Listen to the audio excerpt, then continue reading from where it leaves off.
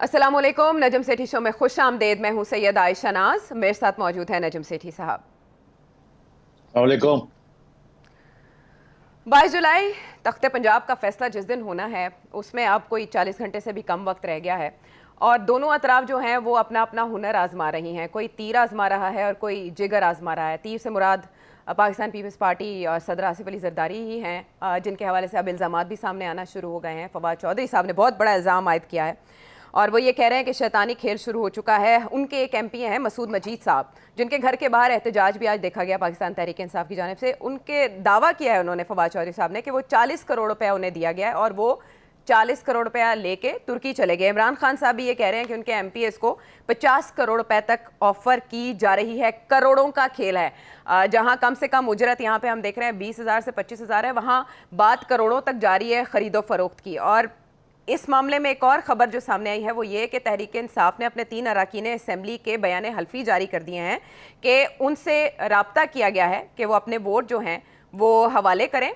Horse trading के लिए उनसे राब्ता किया गया है और ये बयान हल्फी कल सुप्रीम कोर्ट में पाकिस्तान तहरीक इंसाफ पेश करेगी कि उनसे उनके MPA से राब्ता किया गया उनके वोट की खरीदो फरोख्त के लिए।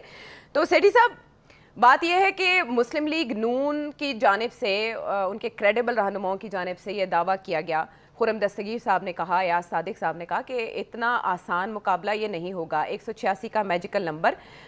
मुस्लिम लीग काफ भी इधर उधर हो सकती है, कुछ अरकान गैर हाजिर हो सकते हैं, जो भी है it is a tough call. लेकिन दोनों साइड्स बहुत पुरएतमाद हैं जीत के लिए। फवाद चौधरी साहब ने पहले ही कह दिया था कि 23 जुलाई को हमजा शहबाज वजीर आला नहीं होंगे। दोनों तरफ इस कदर एतमाद की वजह क्या है? हुकूमत इतनी पुरएतमाद कैसे है जबकि अभी तक की मेजोरिटी हम पाकिस्तान तहरीक इंसाफ और काफ लीग के पास ही देख रहे हैं? Thank you Ayesha. देखिए, ये शुरू से ये काम जो है ना, ये खराब ही हुआ है। कि जब ये सुप्रीम कोर्ट में बात पहुंची और वहां ये इजाजत दे दी गई कि जी 22 तारीख तक आप अपने लोग बुला लें, तो बिल्कुल मैं समझता हूँ बिल्कुल गैर मुनासिब किस्म की ये छूट दी गई थी। उस वक्त सेकंड राउंड चल रहा था और उस सेकंड राउंड में हमजा ने कामयाब हो जाना था। अब इनके लोग पूरे नहीं थे तो फिर हम क्या करते थे? ये तो नहीं होता कि आपके लोग पूरे करने के लिए टाइम दे दिया जाता है। अब ये तो फैसले पार्लियामेंट के अंदर होते हैं। असेंबली में जो फैसला हुआ था वही बरकरार रहना चाहिए था और हाई कोर्ट ने कह दिया था।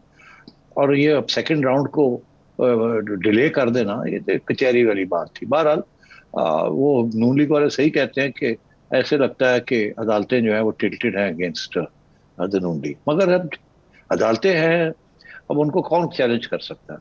तो इस सूरत हाल में जब ये 25 सीटें रिस्टोर हो गई, और उसमें भी आपको पता है पहले 5 किस तरीके से रिस्टोर हुई, हालांकि वो 5 जो है ये इलेक्शन के बाद रिस्टोर होनी चाहिए थी, मगर इलेक्शन कमीशन अंडर प्रेशर आके वो पहले ही रिस्टोर कर दी कि ठीक है जी। वो अब ये 5 बनती है उनकी या नहीं बनती, ये समझ नहीं आती, क्योंकि ये जो प्रोपोर्शनल रिप्रेजेंटेशन जिसके अंदर ये सीटें मिलती हैं, अगर वो फारग हो गई थी तो उसके बाद देखना ये था कि अब किसकी कितनी टोटल बनती हैं और उसमें से कितना इनका हिस्सा बनता है। हो सकता है 4 निकलती हैं, हैं। पता तो नहीं था उस वक्त कि ये 15 सीटें जीतेंगी। हम्म। अगर ये 2 ही सीटें जीतते PTI वाले तो फिर क्या, फिर भी 5 बनती थी इनकी।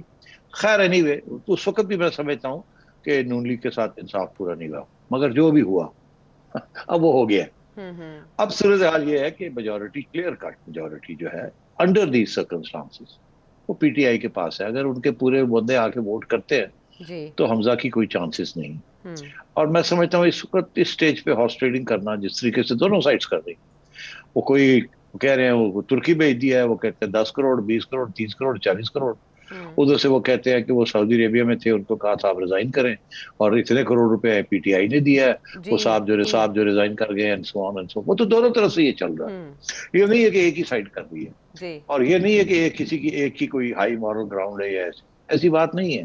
दोनों लगे हुए हैं और पहले दिन से लगे हुए हैं। अब मैं समझता हूँ ये खत्म होनी चाहिए ये बात। या तो आ, कल हमजा देखे कि सिचुएशन क्या है और ये हॉर्स ट्रेडिंग जो है इसको बंद किया जाए, और दूसरी साइड भी जो है ये हॉर्स ट्रेडिंग बंद करे, आ, और जाएं और जाके हार जीत वहां हो जाए। जैसे नून लीग ने ये हार मानी है कि जी हाँ ठीक है, बाई इलेक्शंस के अंदर हम हार गए हैं, हम्म। तस्लीम कर लिया बात। हम्म। यहाँ भी अब छोड़े, अब ये आगे पीछे होंगे। मैं आपको एक बात बता दूं जी। कि अगर किसी तरीके के साथ हमजा जो है वो कल परसों कर भी लेते हैं एक आध सीट ज्यादा, और उसके बेसिस के ऊपर वो बन जाते हैं। मैं ये समझता हूँ कि उनको फिर अदालतों के अंदर से निकाल दिया जाएगा। मुझे जो रुख नजर आ रहा है सियासत का और अदालतों का, जिस तरीके से हर बात पीटीआई की अदालतें जो है उसको सुनने के लिए तैयार हो जाती है। अब फॉर एग्जाम्पल अभी आपने ये बात कही है कि जी वो फवाद चौधरी ने 3 लोगों से एफिडेविट लेके और सुप्रीम कोर्ट में दे दिए। अरे भाई, सुप्रीम कोर्ट का क्या काम है इसमें? ये तो इलेक्शन कमीशन का काम है। अगर कोई धांधली होती है या कोई ब्लैक या कोई हस्बे मामूल जो कानून है या रेगुलेशंस हैं या रूल्स है उसको कोई तोड़ता है, तो इलेक्शन कमीशन के आगे ये चीजें जाती हैं। सुप्रीम कोर्ट इन्वेस्टिगेशन नहीं कर सकता ये चीजें। इलेक्शन कमीशन का ये काम है कि कौन गया, किसने कानून तोड़ा, किसने वायलेट किया रूल्स। तो ये सुप्रीम कोर्ट का काम नहीं है। वो बुलाए इनको कि जी आपने एफिडेविट दी है, अच्छा जी आपने एफिडेविट दी है तो प्रूव करें जी, कोई वॉइस रिकॉर्डिंग है आपके पास कि ये आपको ऐसे ऑफर हुआ? कोई भी उठ के जाके ये कह सकता है। तो ये सारा पाकिस्तान उठ जाएगा, सारे सुप्रीम कोर्ट सबकी बातें सुनेंगे। कल को मैं एफिडेविट दे देता हूँ, मैं कहता हूँ कि जी ओहो ये हो गया वो हो गया, मेरे खिलाफ आप दे देती हैं, ओहो एफिडेविट। तो क्या सुप्रीम कोर्ट अब एफिडेविट्स देके बैठ के देखेगा? ये सुप्रीम कोर्ट का काम है। I am surprised, I am actually shocked कि जिस तरीके से ये सारा कुछ हो रहा है।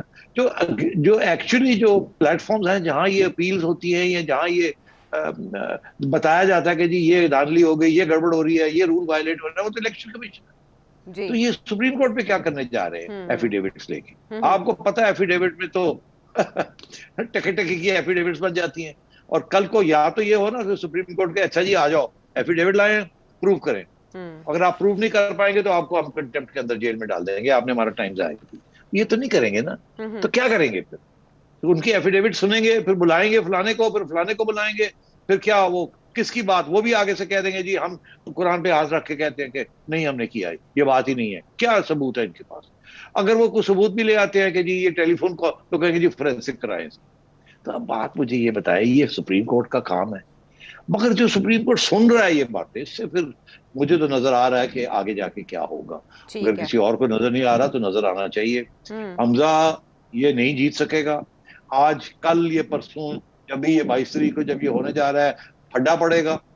फड्डे के अंदर अगर हमजा बैठ भी जाता है तो 15 दिन के अंदर अंदर हमजे की छुट्टी हो जाएगी। यानी सूनर और लेटर हमजा शहबाज को जाना होगा, आप ये कह रहे हैं?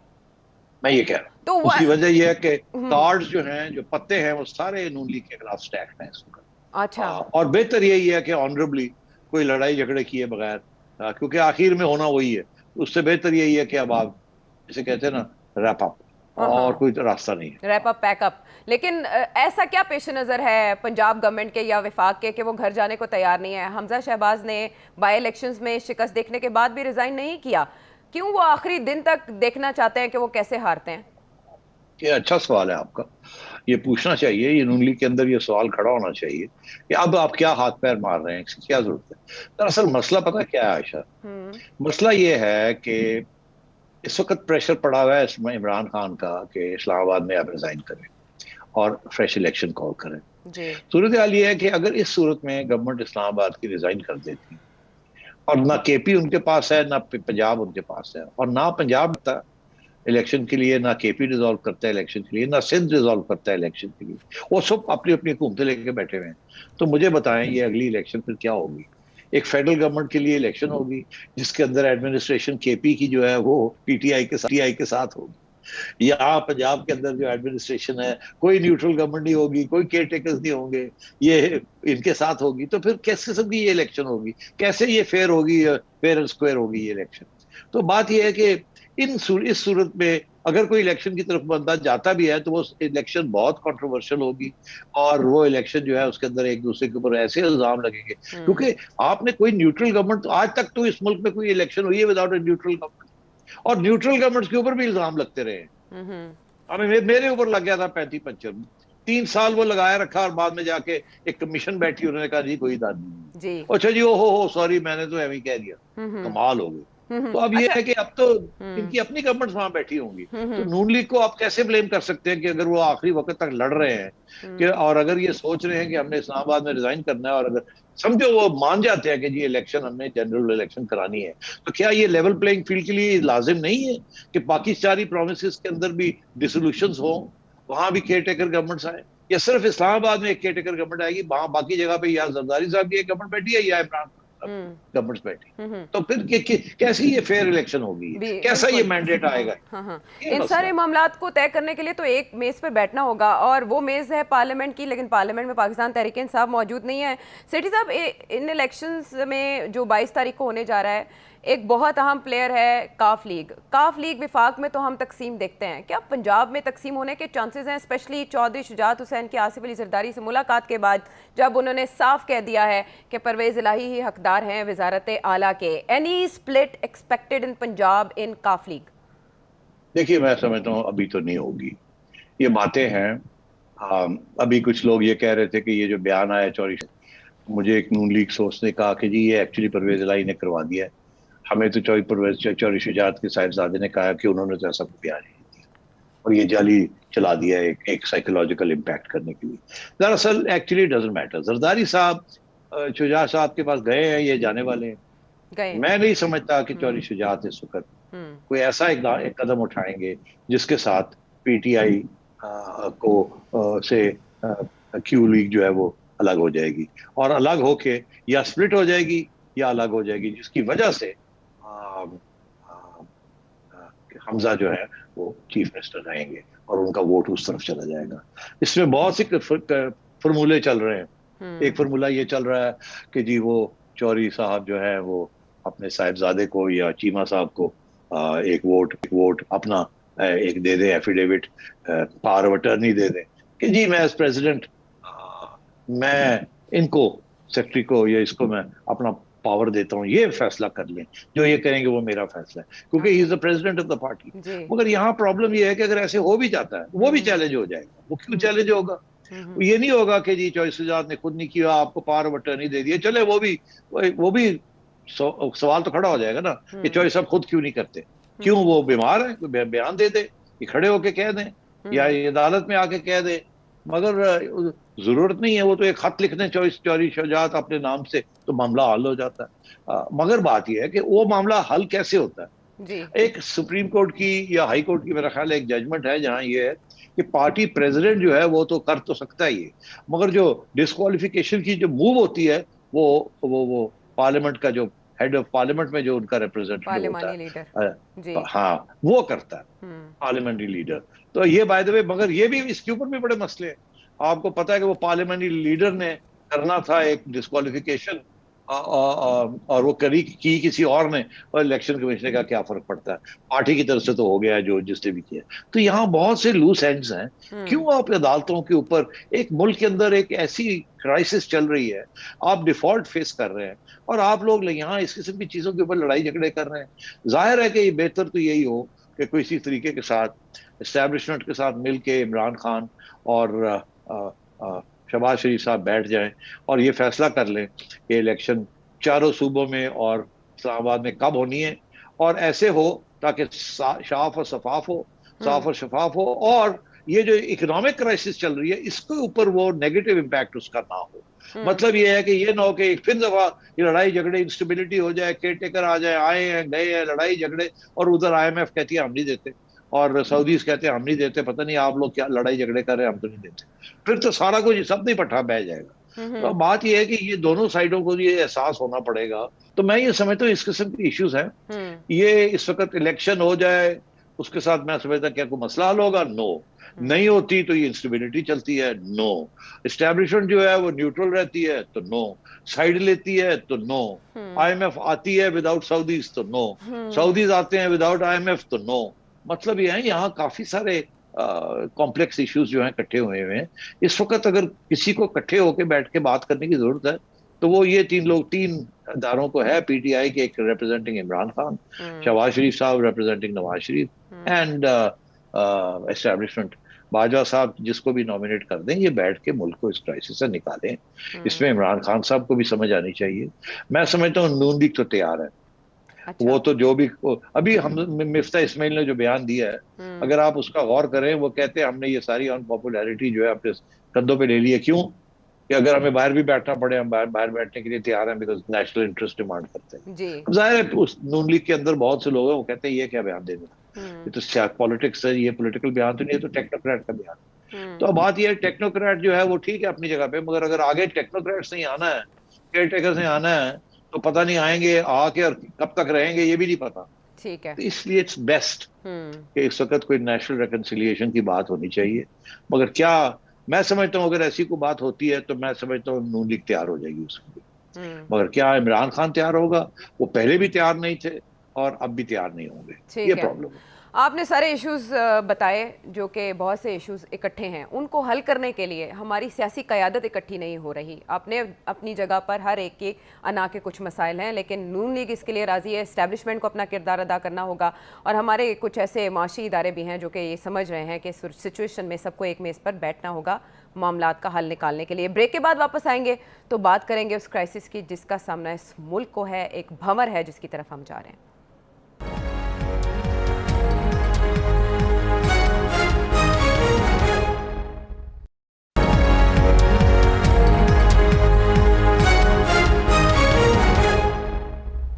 शो में एक बार फिर खुशामदेद। सेठी साहब, हमने मईशत का तस्करा तो ज़रूर करना है, क्योंकि इस वक्त जो सियासी घुमन घेरियाँ हैं या जो भी मामलात हैं वो जुड़े हुए हैं मईशत के साथ, और सारी जिम्मेदारी पॉलिटिकल अनस्टेबिलिटी, टर्मोइल को करार दिया जा रहा है मिफ्ता इस्माइल साहब की जानिब से भी। लेकिन उसमें जो एक फैक्टर हमें आपके सामने जो सवाल रखना है वो है, सुप्रीम कोर्ट की जानिब से एक बड़ा अहम मामला टेकअप किया गया परवेज़ इलाही साहब का, जिस पे कल समाअत होनी है। परवेज़ इलाही साहब ने राना सनाउल्लाह साहब के 18 जुलाई के बयान को बुनियाद बना के एक दरख्वास्त दायर की थी सुप्रीम कोर्ट में, जिस पे जस्टिस एजाजुल एहसन कल समाअत करेंगे, 2 रुकनी बेंच समाअत करेगा, क्योंकि राना सनाउल्लाह ने यह कह दिया कि उसमें अगर लीडरशिप अप्रूव करेगी तो 5 से 7 बंदे इधर उधर हो सकते हैं, हम इतने इजीली परवेज़ इलाही साहब को वज़ीर आला नहीं बनने देंगे। सुप्रीम कोर्ट इससे पहले भी डिफरेंट ऑब्जर्वेशंस दे चुकी है तख्ते पंजाब के हवाले से कि बहुत खींचातानी हो गई, अब इलेक्शंस पुरअमन होने चाहिए। कल के दिन भी सुप्रीम कोर्ट आपके ख्याल में कोई ऐसे अहकाम जारी कर सकती है? बात यह है कि राना साहब ने इस किस्म का जो बयान दिया है तो परवेज इलाही साहब ने दुरुस्त उनको घसीटा है सुप्रीम कोर्ट के आगे। हालांकि अगेन ये सुप्रीम कोर्ट के आगे नहीं जानी चाहिए, ये बात जानी चाहिए इलेक्शन कमीशन के आगे। इमरान खान ने क्या बातें नहीं कही एक जजेस के बारे में या और बहुत सी चीजों के बारे में, आज तक तो किसी जज ने उनकी बातों के ऊपर कोई एतराज नहीं किया एंड सो ऑन। और अब नून लीग वाले अगर एक बात करते हैं तो उनको जज के आगे ले जाते हैं एंड सो ऑन। तो ये अब एस्टैब्लिश हो गया है कि देयर इज अ प्रॉब्लम, और इमरान खान हैज सक्सीडेड, कामयाब हो गए to bring the judiciary under pressure, including election commission. ये अब छुपी हुई बात नहीं है, सारे ये कह रहे हैं, मैं नहीं कह रहा, I am just reflecting public opinion. जहां मैं जाता हूं लोग यही कहते हैं। हूँ गल है कि अगर जजेस को खुद एहसास नहीं इस बात का तो ठीक है, सो बी इट। बहुत सी चीजें पहले भी इस मुल्क में हुई हैं अदलिया के जरिए, ठीक, मगर बट देर ऑल ऑनरेबल जजेस जो अपने जहन से काम लेते हैं, ठीक है। अगर वो उनकी जहन और हमारा जहन नहीं मिलता तो so what, they are in the chair, they are holding the reins of justice, ठीक, मजबूरी है तो अल्लाह खैर सब। तो बात यह है कि ये जाएगी नहीं बात कही। अच्छा। उसकी वजह यह है कि ये सिर्फ धमकी है, बिकॉज अगर सुप्रीम कोर्ट इस किस्म की चीजों को सुनने लगे तो फिर आगे जाके बहुत सी चीजें और पुरानी और नई चीजें सुननी पड़ेंगी, और वो मुनासिब नहीं होगा। फिर और कोई काम ही नहीं रहेगा, सारा दिन यही करते रहेंगे। जैसे मैंने कहा, वो एफिडेविट्स जो सबमिट हुई हैं वो तो सुननी भी नहीं चाहिए। तो चाहिए हाई कोर्ट जाइए, हाई कोर्ट की जरूरत नहीं, इलेक्शन कमीशन जाइए। बहरहाल चले, जैसे इस्लामाबाद हाई कोर्ट ने भी माजी भी मामले ये इस पर माजरत की थी कि आप सियासी मामला जो है वो पार्लियामेंट में हल करें, या इस तरह के जो मुतालिका फोरम्स हैं उनसे राब्ता करें। इस्लामाबाद हाई कोर्ट की जानिब से क्लियर कह दिया गया था, तो सुप्रीम कोर्ट को भी ऐसा ही करना चाहिए। जी, इसीलिए मैं ये कह रहा हूँ कि मुझे नहीं समझ आती क्यों ये एक्सेप्ट हो रही हैं पिटीशंस। सोशल मीडिया फ्रंट पे भी हमने देखा कि इमरान खान साहब का नैरेटिव तेजी से मकबूल हो रहा है। यही वजह है कि उनके वोट बैंक में भी इजाफा हुआ, बाय इलेक्शंस वोट आके ले गए, मुंह से उन्होंने जीत छीनी है मुस्लिम लीग नून के, उनके गढ़ में हमला करके। अभी जो सिचुएशन पॉलिटिकल होने जा रही है सेठी साहब, फ्री फॉल की तरफ रुपया जा रहा है। हम रोज सुन रहे हैं 4 रुपए 5 रुपए, और बहुत सी ऐसी खतरनाक चीजें हैं जो आप प्रिडिक्ट कर रहे हैं जो इकोनॉमिस्ट हैं। और शौकत तरीन साहब तो ये कह रहे हैं कि ट्रस्ट ही नहीं रहा मार्केट को इस गवर्नमेंट के ऊपर। वो भी यही कहना चाह रहे हैं अब उनको, जो कि वाली वारिस हैं, कि भाई आप कोई केयर टेकर लेकर आएँ जो कि ज़िम्मेदार लोग हों और मईशत पे उनको अबूर हासिल हो। तो आपका नहीं ख्याल कि मुस्लिम लीग नून को खुद ये काम कर लेना चाहिए कि वो हाथ जोड़ के इक़्तिदार वापस करे और कहे कि जिनसे संभल सकते हैं आप उनके हवाले करें और हमें माफ़ करें? क्या ऐसा मुस्लिम लीग नून को दिखाई दे रहा है, कोई ऐसा प्रॉमिस उनसे किया गया है जिसकी वजह से वो ये जाने नहीं दे रहे? मैं समझता हूँ कि आपकी बात पे बड़ा वजन है। मैं ये नहीं कि इलेक्शन के साथ कोई मसला हल होगा, मैं नहीं समझता कि इलेक्शन के साथ मसले हल होंगे, और भी मसले खराब होंगे, बट चले that is for the politicians and the establishment to decide. बाद में देखा जाएगा क्या होता है क्या नहीं होता। अब अभी आपने जो बात की उससे वजन है। देखिए, मिफ्ता इस्माइल साहब ने जो इक़दामात उठाए हैं, या तो हमें ये बताएं कि अगले महीने या उससे अगले महीने हालात बेहतर कैसे होंगे, मगर वो भी कोई गारंटी देने के लिए तैयार नहीं। तो इस सूरत हाल में तो ये तो मैं समझता हूँ कि और भी लीग के ऊपर बोझ पड़ेगा। और एक तरफ इमरान खान धन धन आ रहे होंगे कि आप निकलें, और वो पंजाब से और केपी से वो अपनी फौजें इकट्ठी कर रहे होंगे अवामी। दूसरी तरफ मैं समझता हूँ एस्टैब्लिशमेंट ही इनका साथ नहीं देगी। तो अब बात यह है कि ये सारी चीजें तो छुपाई नहीं जा सकती। जैसे साकिब निसार साहब और खोसा साहब ने जो हरकतें की हैं वो नहीं छुपाई गई हैं। आज उनका एहतसाब हो रहा है और होता रहेगा, ये तारीख में होता रहेगा जो वो करके चले गए हैं। और ये जो 4 साल पहले जो सारा नया एक्सपेरिमेंट किया, ये आज जहां हम पहुंचे हैं, ये सारी उसकी जिम्मेदारी है। जिन लोगों ने वो ये सारा कुछ किया, एक हुकूमत चलती चलती एक हुकूमत ठीक ठाक चल रही थी, कोई मसला नहीं था, और आपने एक प्राइम मिनिस्टर को उठा के एक कामा के ऊपर बाहर निकाल दिया, और फिर उसके बाद आपने गवर्नमेंट की छुट्टी हो गई। ये बड़ा मुश्किल हो जाएगा नून लीग को रेजिस्ट करना। इसके दो सोल्यूशन है नून लीग के लिए। एक तो डट कि जी हम पूरा साल रहेंगे और हम मईशत को ठीक करके जाएंगे, इस हद तक ये होगी, अगले 2 महीने में ये होगा, तीसरे महीने ये होगा, चौथे महीने ये होगा। अब और हम इसको निबट लेंगे और हम अपनी पॉलिसीज ऐसे करेंगे, ये करेंगे, और प्रूफ दे, कॉन्फिडेंस बिल्ड करें। और अगर ये नहीं कॉन्फिडेंस बिल्ड कर सकते, ये इनमें खुद कॉन्फिडेंस नहीं है कि मईशत को इम्प्रूव करने वाली है, सिर्फ हार्डशिप ही हार्डशिप है, तो फिर घर जाए। फिर ठीक है, केयर टेकर्स को ले आए, वो केयर टेकर्स डील कर लें। फिर क्या होता है, इस मुल्क की जिम्मेदारी ले लें, जो लोग लाए थे वही अब केयर टेकर्स लाएं, केयर टेकर्स के जरिए मामला तय करें, और उसके बाद अगर इमरान खान आता है तो दे उसको। चलो जी, फिर तुसी चला के देखो, अगले 3 साल 4 साल चला दे हो तो ठीक है, तो आप बाहर बैठे, क्या हो जाएगा बाहर बैठने के साथ। सिर्फ से वैसे गवर्नर स्टेट बैंक का तकर्रुर क्यों नहीं हो सका आपके ख्याल में? इतनी वोलेटाइल, इतनी फ्लक्चुएशन है मार्केट में, और एक फुल टाइम हमारे पास गवर्नर स्टेट बैंक नहीं है। हाँ, मैं समझता हूँ इस किस्म की और भी छोटी छोटी चीजें हैं जो जिसकी तवज्जो नहीं दी जा रही। वो इसीलिए नहीं दी जा रही बिकॉज एक तरफ आईएमएफ जो है वो एक किस्म की डिमांड्स मेक कर रही है, दूसरी तरफ आप जो है यू कांट डिसाइड कि आपने क्या करना है। अभी देखे ना, ये पेट्रोलियम कीमतें इन्होंने बढ़ा दी। मैं ये छोटी से सवाल पूछता हूँ आपसे, मैं इस गवर्नमेंट से पूछता हूँ कि आपने पता था आपको 22 तारीख को इलेक्शन, ये 17 तारीख को इलेक्शन है, आपने क्यों नहीं इंतजार की? इमरान खान जब उसको पता चला कि उसकी छुट्टी हो रही है तो उसने कहा मैं नहीं बढ़ाता, और 100 अरब रुपया का है आपके मुंह पर वोट डाल के घर चले गए। तो आपको क्या तकलीफ थी? आप एक 100 अरब रुपया और डज लगवा लेते, आप इलेक्शन से पहले ना ये करते, ताकि ये फिर क्लियर पता होता कि किस वजह से आप हारे हैं या किस वजह से जीते, उसके बाद आप कर लेते। तो इतना नहीं आप कन्विंस कर सकते थे आईएमएफ को? क्या आपने वो जो कीमतें बढ़ाई हैं उसके साथ कोई डॉलर स्टेबल हो गया, रुपया नहीं हुआ? उसका क्या फायदा हुआ मुल्क को या आपकी कॉन्फिडेंस इन योर गवर्नमेंट? उसके साथ क्या हुआ? कुछ भी नहीं हुआ। क्या अगर वो आप ना करते तो क्या आईएमएफ, अभी तक तो आईएमएफ आई नहीं है जी, तो क्या उसके साथ आईएमएफ ने आगे फौरन अंगूठे लगाने शुरू कर दिए? नहीं। तो क्या जल्दी थी? 1 महीना और ठहर जाते जी। एक 100 अरब रुपए का नुकसान या 60 अरब रुपए का नुकसान हो जाता, जहां इतने नुकसान हुए तो आपके सियासी तौर पे तो आपको ये डज ना लगती। अब ये महंगाई की डज लग गई आपको, जिसकी वजह से आपकी जो पॉलिसी थी, पॉलिटिकल पॉलिसी, वो आपकी एक इकोनॉमिक फैसले के साथ आपकी सारी सियासत ब्लो अप हो गई। और अब ये पंजाब आपके हाथ से जा रहा है, उधर ये हो रहा है, नई इलेक्शन कॉल कर दी, तो ये क्या फायदा हुआ?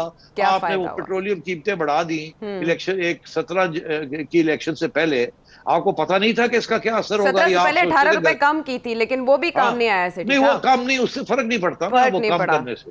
बिल्कुल। कोई वो, और वो बाय द वे ठीक तरीके से भी नहीं की, तो राइट। उसका कोई प्रोपेगेंडा प्रोजेक्शन नहीं हुआ। प्रोजेक्शन नहीं की गई अच्छी तरह, जिस प्रोजेक्शन भी तरह नहीं हुई खान उससे साहब कि करते हमने ये हैं। किया। एग्जैक्टली, खान साहब करते तो हैं। मतलब तो एक महीना ठहर जाते। ठहर जाते हैं। तो इनकी इनकी जो पॉलिटिक्स है बहुत कमजोर है इस्लामाबाद में। हम्म। और इनकी इकोनॉमिक्स जो है वो ठीक है, कुछ लोग बड़े पसंद करते हैं इस किस्म की बातें, कि जी वो एक प्रोफेशनल इकोनॉमिस्ट आ गए हैं, बड़ा शरीफ आदमी है, खुल के बात करते हैं और छुपाते नहीं है, मगर हम्म। टेक्नोक्रेट है ना। अब एग्जैक्टली। उनकी जो सियासी बयानबाजी है नहीं उसके साथ नून लीग का जो पट्टा गोल हो रहा है वो तो आप नून लीग वालों को पूछे ना। हाँ। आप मुझे ना पूछे, मैं तो कहूंगा मुल्क आप बख्शा देखिए जाता शौकत मरने तरीन कोई। साहब कितनी अच्छी प्रोजेक्शन कर रहे हैं इमरान खान साहब की, वो बैठे होते नहीं हैं टॉक उन्होंने, नहीं शोज में। शौकत तरीन ने यही कहा है ना जी। कि इनको हैंडल नहीं करना नहीं आया, करना इनकी आ रहा। लॉ हाँ। लॉ देखिए ना, या तो ये आईएमएफ के साथ मुआहदा करने जा रहे थे, जो कदम उठा रहे थे उसके साथ कॉन्फिडेंस आता, हाँ। कॉन्फिडेंस तो नहीं आया नहीं मार्केट आया। के अंदर, नहीं आया ना नहीं मार्केट आया, के अंदर। नहीं आया। तो या तो वो आता, अगर नहीं आया उसके बरक्स हो गया,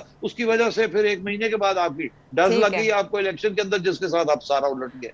ठीक है। तो ये चीजें जो होती हैं, ये सियासतदान, जो हाँ। फाइनेंस मिनिस्टर्स, जो पॉलिटिशियंस होते हैं, उनको पता होता है। ठीक है। और जो टेक्नोक्रेट्स होते हैं, they don't care. They don't तो केयर। ओके। अब इसलिए नून लीग मारी गई है तो इस सेठी वजह से। साहब, जो आप वाली बात है कि मिफ्ता इस्माइल साहब को कॉन्फिडेंस में लेना होगा सबको कि आने वाले दिनों में वो क्या करने जा रहे हैं जिससे सूरत हाल कंट्रोल हो जाएगी, क्योंकि अभी तक तो हुई नहीं। बहरहाल स्टेट बैंक का ये कहना है कि माशी सूरत हाल बेहतर है, डिफ़ॉल्ट की बातें अभी ना की जाएं। फरवरी 2022 के मुकाबले में सिचुएशन अब स्टेबल है, और जो समर वेकेशंस हैं 15 अगस्त के बाद किसी भी तारीख पर IMF की जानिब से किस्त का इजरा हो जाएगा। तो चलें, होप इज़ देयर। ब्रेक के बाद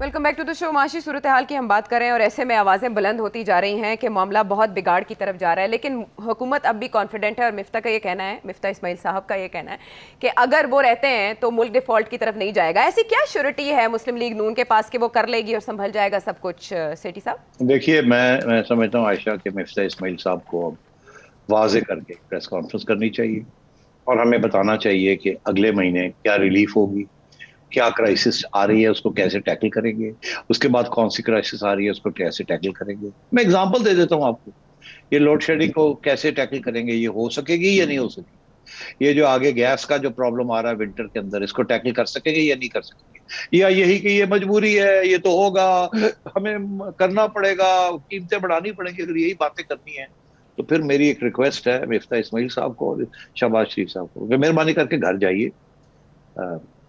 जो होगा अल्लाह देखेगा पाकिस्तान का, कि जो आएंगे caretakers, it's not too late.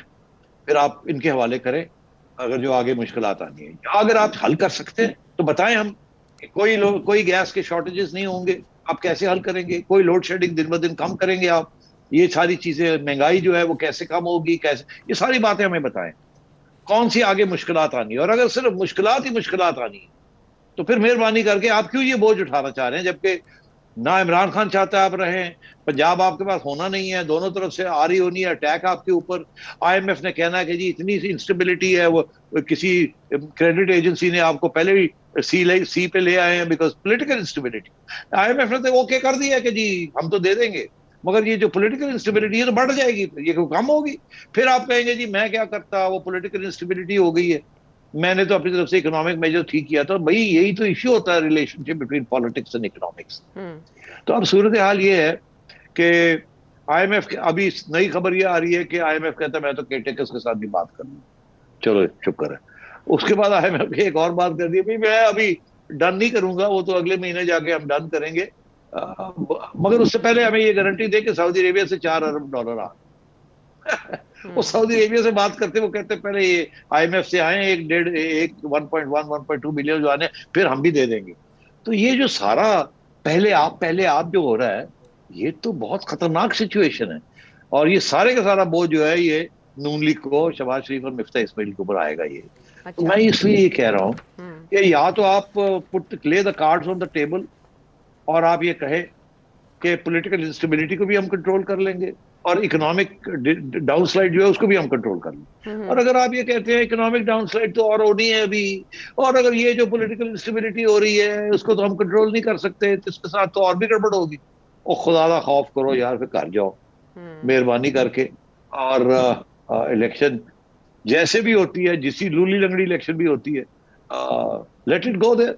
वो बेस्ट केस सिनारियो ये है कि इस इलेक्शन में बाकी ये इलेक्शन अगर पंजाब में नहीं होती और केपी में नहीं होती तो आप जीत भी, वर्स्ट अच्छा केस सेठी सिनारियो साहब, अगर आप जीत भी जाते हैं हाँ तो फिर भी आप मर जाएंगे, सेठी बिकॉज ये साहब, लोग फिर जाते जाते इमरान खान के हमले वक्त रहेंगे आप। खत्म हो गया। उसमें मैं जानना है कि इस्टेब्लिशमेंट अमली तौर पे न्यूट्रल हुई है ना, सोच के लिहाज से इस्टेब्लिशमेंट क्या सोच रही है इस वक्त इस सिचुएशन में, जब 2017 में ये कहा गया था कि जो इकोनॉमी है वो सिक्योरिटी के साथ लिंक्ड है, मईशत अगर बुरी नहीं तो बहुत अच्छी भी नहीं। बात यह है जी कि इस्टेब्लिशमेंट अपना वाज़ेह तौर पे तो मौक़िफ़ नहीं बताती, बट जो मेरी इंफॉर्मेशन यही है कि जनरल बाजवा चाहते हैं कि आज नहीं कल, कल नहीं परसों, उनसे जाने से पहले एक इलेक्शन हो जाए और फ्री एंड फेयर इलेक्शन हो और एक मुंतखब हुकूमत आ जाए। जी। मगर मैं ये समझता हूँ ये मुमकिन नहीं है। एक फ्री एंड फेयर इलेक्शन नहीं हो सकता जब तक सारे पाकिस्तान में रिजॉल्व नहीं की जाएंगी असेंबलियाँ, तो उस वक्त तक एक लेवल प्लेइंग फील्ड नहीं होगी। जब तक नवाज शरीफ साहब आके इमरान को आंख में आंख डाल के कन्फ्रंट नहीं करते और कैंपेन नहीं करते, फ्री एंड फेयर इलेक्शन नहीं होगी। और फ्री एंड फेयर इलेक्शन के बाद जो मैंडेट आएगा वो फिर 5 साल के लिए आना चाहिए। एक लूली लंगड़ी गवर्नमेंट नहीं आनी चाहिए, मैं समझता हूँ वो भी नहीं होगा। लड़ाई झगड़े चलेंगे और स्प्लिट गवर्नमेंट आएगी जो कि इस किस्म के खतरनाक फैसले से भागेगी और फिर जी। ये पॉलिटिकल इंस्टेबिलिटी चलेगी। इसलिए election in my view is not the answer, but answer क्या है वो वही है जो मैंने पहले आपसे कहा था कि ठीक है। All establishment, Noon and PTI have to sit together, एक नेशनल रिकंसिलिएशन के तहत एक तरीके के साथ आगे मुल्क को चलाना है, और जो मुश्किल फैसले हैं सब ने उसकी मिल के उसकी जिम्मेदारी लेनी है। सब ने मिलकर उसकी जिम्मेदारी लेनी है, यानी मैदान अगर आपने सजाना है, बातें क्योंकि सारी आम इंतखाबात की तरफ जा रही है, रस्ते सारे, अगर आपने मैदान सजाना है तो पहले उसके हाशिए तय कर लिए जाएं। प्रोग्राम के हवाले से फीडबैक दीजिएगा अगले प्रोग्राम तक के लिए लाने के बाद।